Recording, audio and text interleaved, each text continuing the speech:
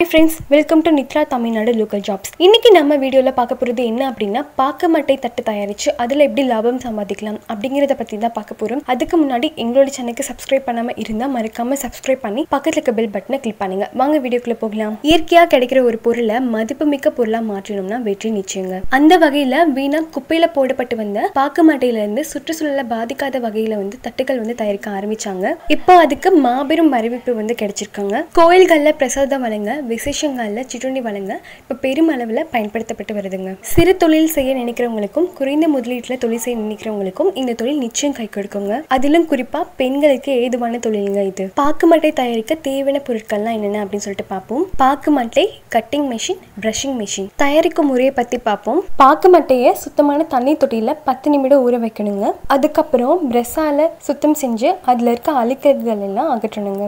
சுத்தம் செய்ய பயன்படுத்துற தண்ணீர்ல வேப்ப எண்ணெய் இல்லாட்டி மஞ்சத்தூள் கலந்துக்கலாங்க. இதனால மட்டைகள்ல பூஞ்சை வரது தடுக்கப்படும். அதுக்கப்புறம் அந்த மட்டைகளை சூரிய வெளிச்சத்திலயோ இல்லது காற்றிலோ பாத்தீங்கன்னா உலர வைக்கணும். ஆனா மட்டை காஞ்சு பிளந்து விடுற அளவுக்கு காய வைக்க கூடாதுங்க. பக்குவமான பதத்துல காய்ந்த மட்டைகளே பாத்தீங்கன்னா சரியா வரும். காஞ்ச மட்டைகளை இயந்திரத்துல கொடுத்து பிரஷ் செய்யும் போது வெப்பத்தால மட்டை பக்குவப்படுத்தப்பட்டு வருவாங்க. சூடு தணிஞ்ச பிறகு தட்டுகளை தேவையான அளவுகள்ல இயந்திரத்திலேயே கட் செய்து எடுத்து சுத்தம் செய்தோம் அப்படின்னா விற்பனைக்கு ரெடி ஆயிடுங்க. டிபார்ட்மெண்ட் ஸ்டோர், கேட்டரிங் நடத்துறவங்க, உள்ளூர் விற்பனையாளர்கள் மட்டும் இல்லாம வெளிநாடுகளுக்கும் ஏற்றுமதி செய்யறது மூலமா நிறையவே லாபம் பெறலாங்க. இந்த வீடியோ உங்களுக்கு பிடிச்சிருந்தா லைக் பண்ணுங்க, ரொம்ப பிடிச்சிருந்தா ஷேர் பண்ணுங்க. இதை டவுட் இருந்துச்சுன்னா கமெண்ட்ல டைப் பண்ணுங்க. தேங்க்யூ.